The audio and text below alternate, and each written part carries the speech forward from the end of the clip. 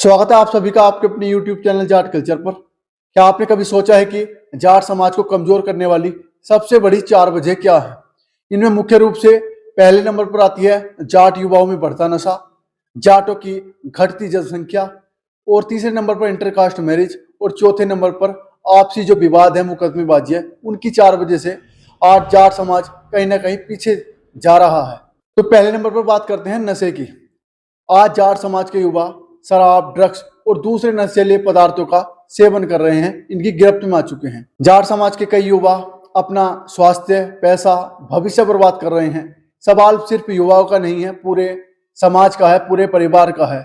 और इनका जो भविष्य है वो बिल्कुल नीचे की ओर जाने की तरफ है, क्योंकि आए दिन आप सभी गाँव में ये देखते होंगे कि किस तरह से नशा बिल्कुल बढ़ चुका है। गाँव में गिने चुने परिवार रह गए हैं जो नशे से दूर हैं। और दूसरा कारण है हमारे जाट समाज की घटती जनसंख्या।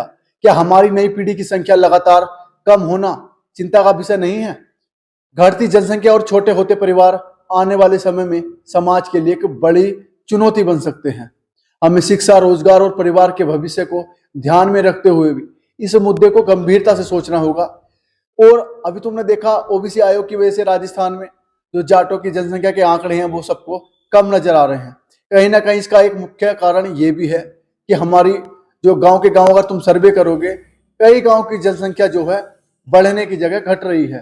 तो ये भी हमारी जो समाज का मुख्य कारण है। हमारे जाट समाज ने एक नियम अपनाया हुआ है कि शेर का बच्चा एक ही अच्छा, इसी नियम पर चल रहे हैं। तो जाट बस एक औलाद पैदा करने की चाहत में है, और इसी कारण की वजह से हमारी जनसंख्या घट रही है। तो 2-3 बच्चे कम से कम जरूर करें, जो समाज में आने वाली जो शादी की, विवाह की जो कारण बन रहे हैं उसमें कोई दिक्कत ना आए। और तीसरा कारण है आपसी मुकदमेबाजी और विवाद का कारण। आपसी मुकदमेबाजी और विवाद समाज को कितना नुकसान पहुंचा रहे हैं यह आप अपने गांव, अपने समाज में जरूर देख सकते हैं। आए दिन कुछ ना कुछ झगड़े आपस में लगे रहते हैं।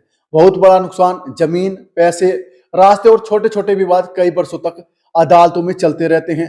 पैसा और समय इन दोनों में बर्बाद होते हैं और रिश्तों में दरार पड़ जाती है। जहां संभव हो बातचीत और समझौते से विवाद को सुलझाना ज्यादा बेहतर हो सकता है, क्योंकि केस अदालतों में लगातार चलते रहते हैं।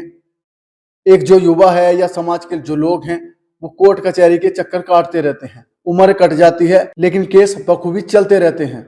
और लास्ट का जो सबसे चौथा मेन जो कारण है, सबसे बड़ा मैं कारण ये मानता हूं जाट समाज को जो बिल्कुल गर्त में ले जा रहा है, वे है इंटरकास्ट मैरिज, यानी कि अंतरजातीय विवाह।